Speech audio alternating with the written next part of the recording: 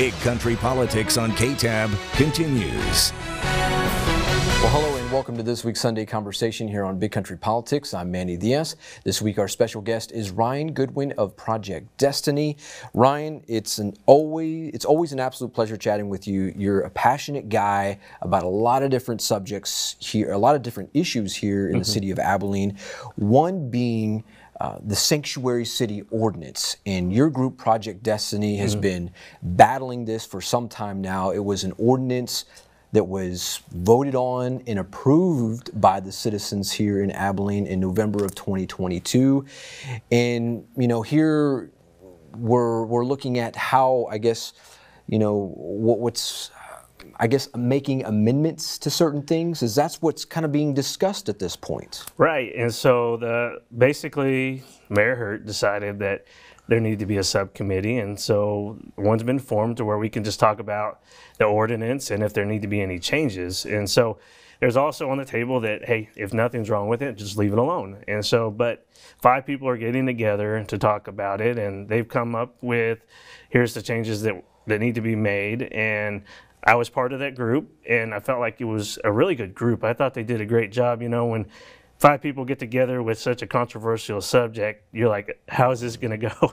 But they did a great job. I mean, there was conversation, there was dialogue. We had a doctor involved. We had people against it and people for it. And so it worked really well. So I was really impressed. And so those changes were actually made public at the last council meeting, and they're shown on there. They're not done yet. They're going to be voted on December 21st. But basically, they're right there able to be seen on the city website and kind of be able to know what's going on.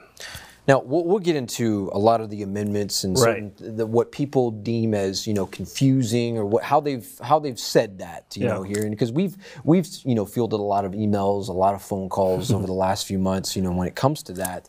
But let's talk about this 5-person committee. There was also the city manager and the city attorney present within this committee as well. Yeah, they were accessible. They weren't part of the people making the decisions, but they did get to speak up every once in a while and say this works or that doesn't, or what about this. And mainly there was 2 council members, Blaze Reagan and Lynn Beard were there. And then you had Dr. Zimmerman was there. She's a great doctor. She brought a lot of intelligence, a lot of stuff that, you know, for me, I never worked in a hospital before, but she was able to come forward, and she had a lot of great things to say in there, and her point of view from being a doctor, it was great having her there. More or less, when it comes to this committee and people giving their 2 cents, their input, were they still wanting to uphold this particular ordinance, or was it just, or was it, you know, just purely based on, you know, making amendments to it?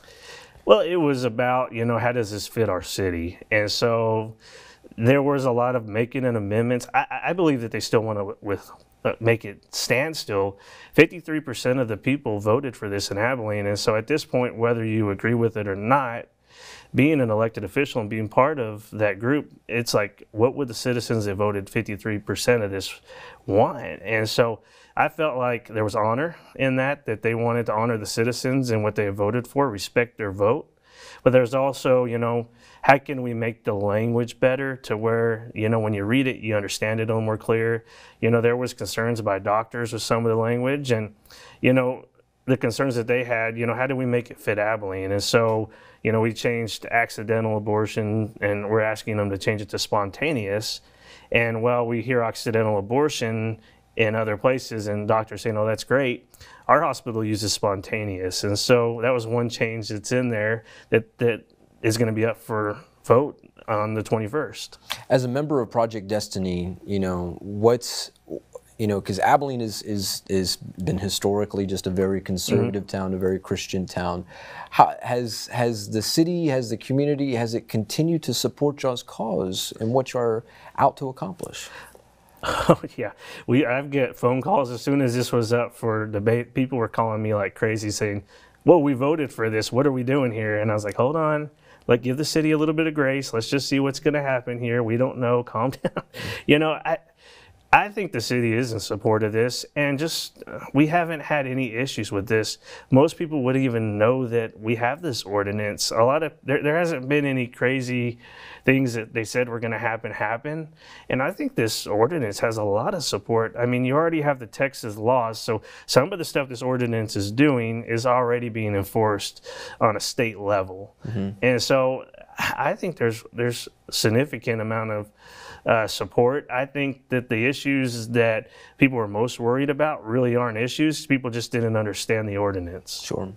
All right. With all that said, we're going to take a quick commercial break, but when we return on the other side, we're talking about how people have said that this ordinance and what it contains are confusing, as we kind of piggyback on Ryan's last comment there.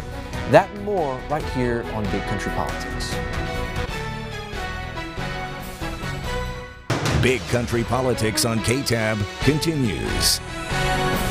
Well, welcome back to our Sunday conversation here on Big Country Politics. I'm Manny Diaz. Our special guest this week is Ryan Goodwin. He is a member of Project Destiny here in Abilene.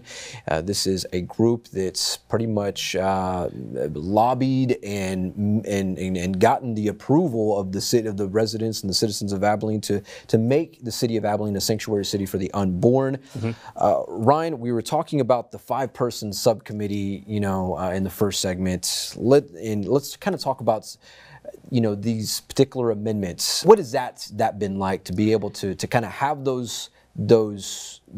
have that conversation with that committee about these particular items like that? Yeah, I mean, I think it's great. I mean, this is one thing I think we can improve on in general is, 5 people that clearly don't agree on everything, but be able to get to the table and have conversation. And so like one of them was accidental to spontaneous. We mentioned that earlier. And that's just better language for the doctors. That's kind of what they go by here. And I don't know much. I'm not a doctor, but, we're just taking their word for it. So that's a minor change. Then we have in a place in there where we talk about defining drug and abortion-inducing drugs. And basically, the doctor said, we need to just update that and make it better. So it's not changing the contents. It's not changing what it says, but just kind of moving around the content and saying, we realize that some of these drug-inducing, these drugs are used for other things. And basically, it's only against the ordinance if it's being used for an abortion. So that language is cleared up a little bit. You'd mentioned something, and this has kind of been a lot of talk, since the summer, what has been confusing. And you mentioned that there were 2 items. Tell me a little bit about that, and certainly how y'all been able to clarify that, or, certainly address this issue, address these. Yeah, the first one is the mother's life. And I believe, I've had lots of women say, well, I'm going to have to choose if I'm about to die during a pregnancy and the doctor knows that for me to live, that they need to abort the baby. At that point, the mother's life takes priority. And so everybody's like, well, we just have to save the baby, save the baby. Well, if the doctor believes that the mother's not going to make it, the doctor has the ability and in this ordinance and the state of Texas says the mother's life comes first. And so that's number 1. And number 2 would be if a baby's no longer living, if in your womb, the baby, something happens, you're able at that point, the baby's no longer living, and this ordinance doesn't apply. And so those 2 things I've had a lot of people come up to me and had a lot of concern about them, but that's just misinformation, and people just didn't really understand the ordinance. And that's getting to the place where 18 pages probably did hurt it, but that's the system we have. I mean, we talked about this. There's 376 pages or 379 pages just to know what's going on in our city council this last meeting. And then, we just voted in November, and people were telling me they had to read 75 pages to understand what they were voting on then. So this is just the system we have, but 18 pages is a lot less than what they're used to. When it comes to these drugs that are, used for abortion, and, because that was a big thing that was addressed, in the summer, with folks. I wouldn't say that we're in opposition to y'all, but they were just concerned about this.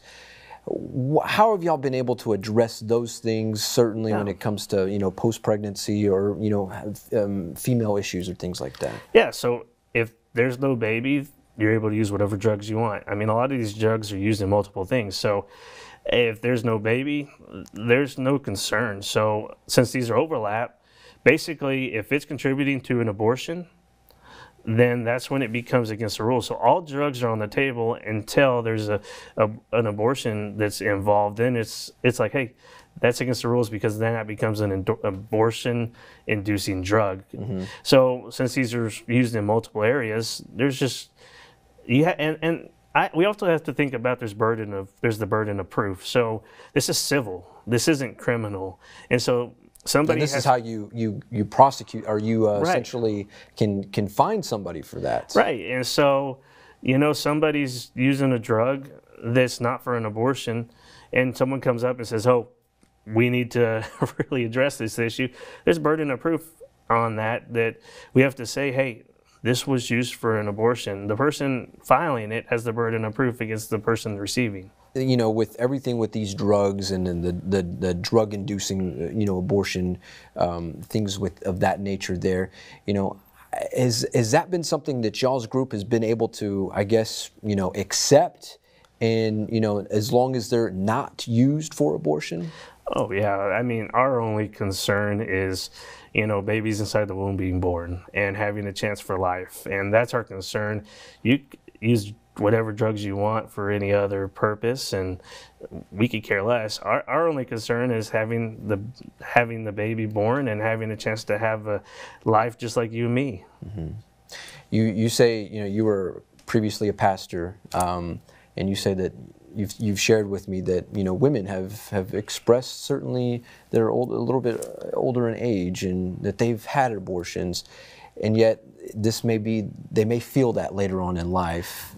Share that with me, because that was an interesting story there. Yeah, I've had women that I've done lots of counseling just as a pastor, and people come up and share things with me, and I've had lots of women that were well beyond their childbearing years and had children, but also remembered abortions that had happened in their earlier years, and man, just having a hard time when they remember them, and just being sad still, and how much it affected them that they had those abortions earlier in life. And so for me as a pastor, there's also a part of me that when I hear abortion, I'm like, man, I've seen those people in my office where they come up, and these older women saying, I know that was wrong to have an abortion. I never should have had it. I wish that child was here. And at that age, you're starting to think if that child was here, then there's probably grandkids, and there's probably, just a cause and effect. And so I've had lots of people visiting with me just after abortions. I've had people come in that have told me that,